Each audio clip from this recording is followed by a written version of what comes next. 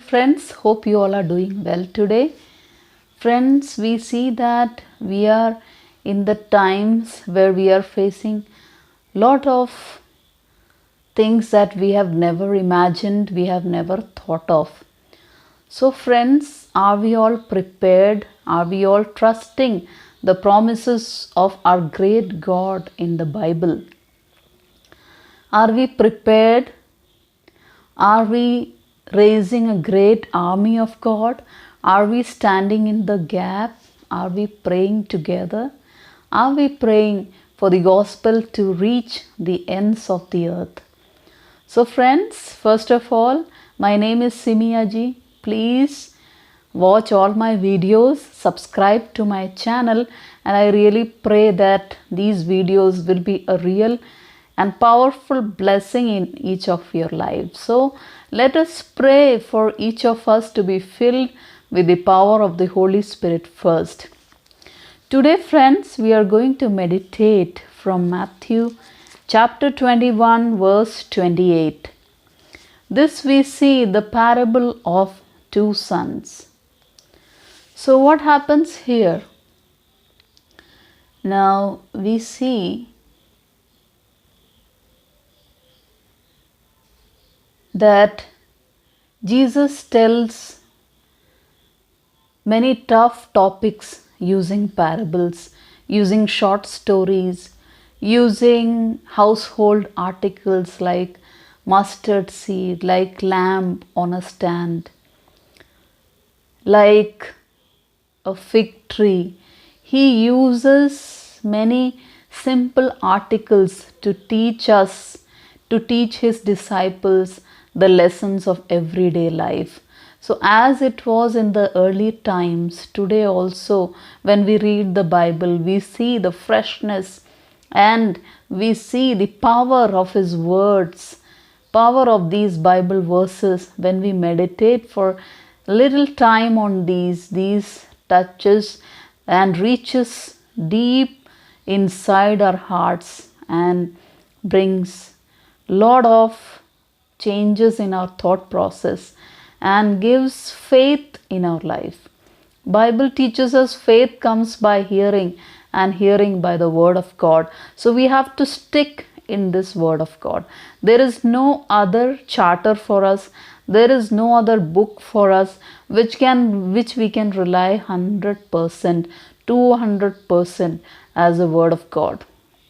So friends, Matthew chapter 21 verse 28, we see that there was a man who had two sons, and he went to the first and said, "Son, go and work today in the vineyard." And what does this son say? "I will not," he answered, but later he changed his mind and went. Then the father went to the other son and said the same thing. "Son, go and work today in the vineyard." He answered, "I will, sir," but he did not go. Which of the two did what his father wanted? Yes, friends, this is something which happens to us in our daily life. There are many orders that we get, or maybe our parents are asking us to do something. Maybe someone expects us to do something for them. But are we really doing it? Are we really doing it half-heartedly? Or are we really giving a thought to take care of others, or listen, or have obedience in our lives? That is what this short parable brings into our thought process. So the first son said he will not, but later he changed his mind and went. And the other son said the same thing. The other son said, "I will, sir," but he did not go. He disobeyed his father's command. So, which of the two did what his father wanted? The disciples answered, the first. Jesus said to them, "I tell you the truth, the tax collectors and the prostitutes are entering the kingdom of God ahead of you. For John came to you to show you the way of righteousness, and you did not believe him. but the tax collectors and the prostitutes did. And even after you saw this, you did not repent and believe him. So Jesus is giving a very strong message to those who were not accepting the message of the kingdom of God in their midst. And he says that, I say you the truth, even the sinners, even the great sinners like the tax collectors, the prostitutes, are entering the kingdom of God ahead of you, who think that you are doing the right or who think that you are righteous.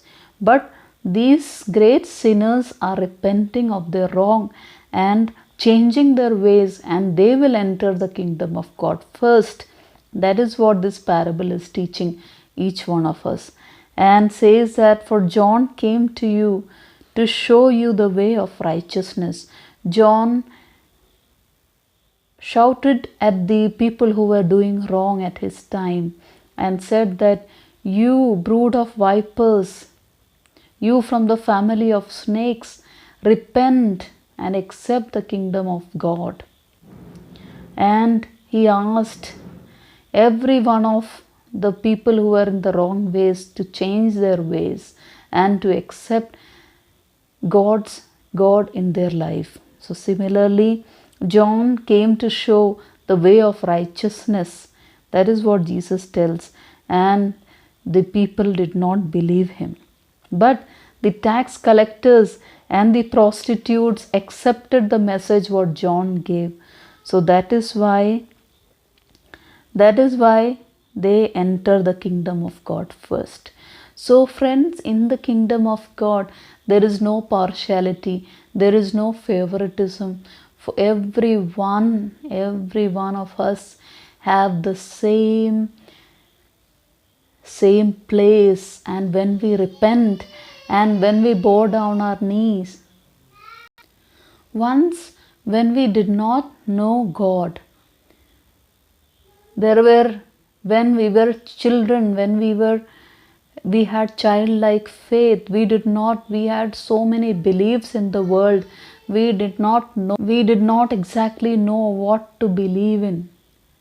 But once Jesus' message touched our life, touched our heart, and brought repentance in our life, we confessed our sins to the Lord Jesus. He gave us a new heart. So similarly, everyone who believes in Lord Jesus, he is the only mediator who leads us to God. So that is why the Bible teaches us here that, I tell you the truth, the tax collectors and the prostitutes are entering the kingdom of God ahead of you.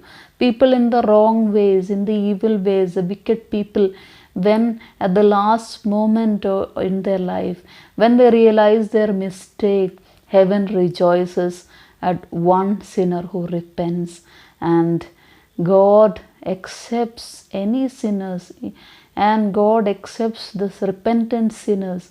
God accepts each one of us as we are, and he opened his arms and wants to hug each one of us and bring each one of us back to his kingdom. So may this message be a real blessing in each one of your lives.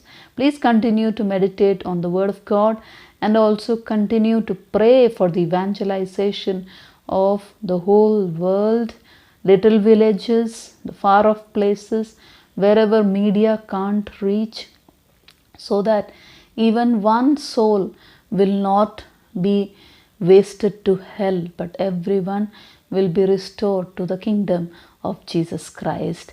Let us all gather together, join our hands, and pray together for evangelization and for peace and for complete healing of the nations. God bless.